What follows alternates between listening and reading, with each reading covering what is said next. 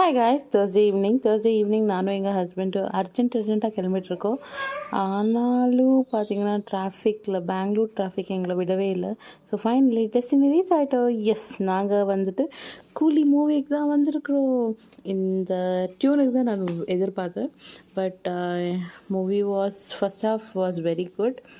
அதுக்கப்புறம் பாப்கார்ன் வாங்கியாச்சு. Popcorn enjoy பண்ணி மூவி கம்ப்ளீட் பண்ணிட்டோம்.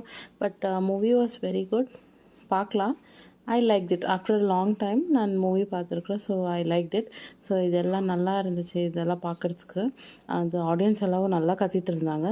ஸோ ஆன் த வேல நாளைக்கு இண்டிபெண்டன்ஸ் டேன்றதுனால ஸோ இந்த லைட் செட்டிங்ஸ் எல்லாம் போட்டுட்டு இருந்தாங்க.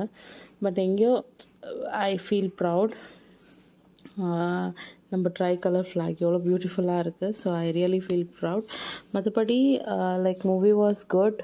ஸோ ஃபேமிலியாக பார்க்கலாம்.